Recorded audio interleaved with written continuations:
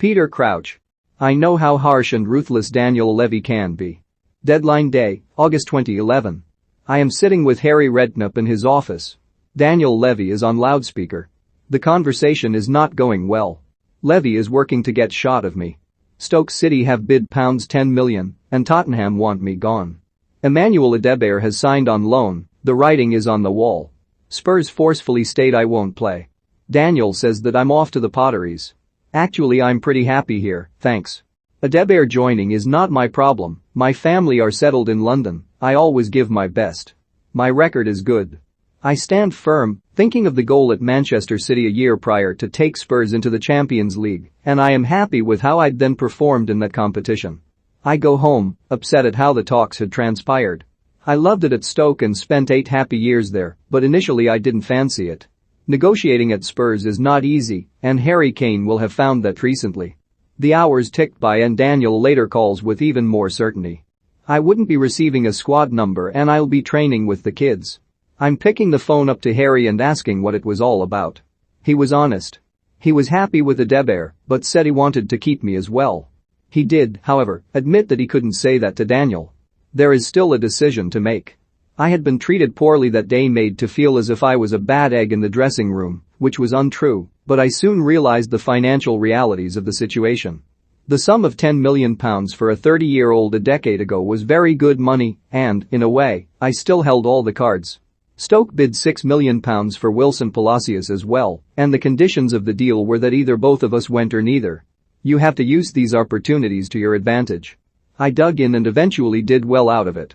They were getting £16 million for 2 players, but they weren't going to get anything if I didn't agree to it. I was in a very strong bargaining position. I don't think Daniel was too pleased. The facts came through very late. There are no hard feelings, and, if I owned a football club, I'd want Daniel to run it for me. That does not mean the whole experience was not exceptionally harsh and ruthless. It was raw then, but now I understand he had the best interests of the club in mind. This, you imagine, is what is playing out behind the scenes at Tottenham now, albeit in different circumstances. Kane has looked to progress his career for some time, and City are willing to spend serious money. Their view was that they'd used me, and now I was out. With Kane, it is the opposite. They are not done with him, but the tough conversations will be similar. A lot of people don't see both sides of things. They are always very quick to blame the player.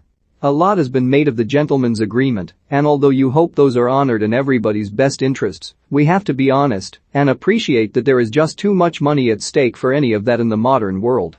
Unfortunately, that is the nature of the beast. From my experiences, it is hard to take anything in the game at face value. It's cutthroat. You're traded as commodities rather than people. Even when I was leaving Southampton for Liverpool in 2005, there were difficulties. We had just suffered relegation from the Premier League and Liverpool had won the Champions League in Istanbul. Obviously I wanted to go. Redknapp was my manager again and understood that completely. Rupert Lowe, the chairman, was not quite so sympathetic. He said they needed me, flatly refusing the transfer.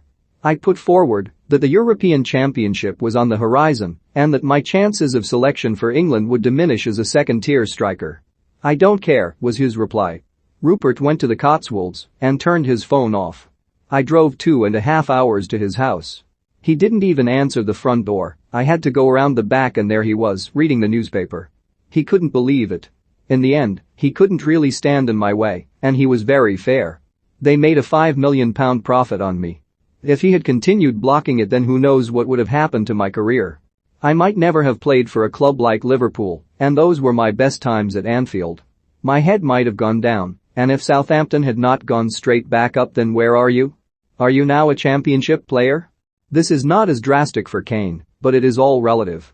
You've got to take the rough with the smooth, Jurgen. The added leniency by referees over the first fortnight of the season has been positive for me, the thicker lines for offside calls, and the approach to what is deemed a foul.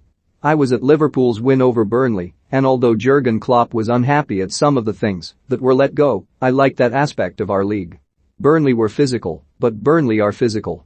If they weren't, then they wouldn't have an edge against teams like Liverpool. They have to do that. Long may the rough and tumble continue.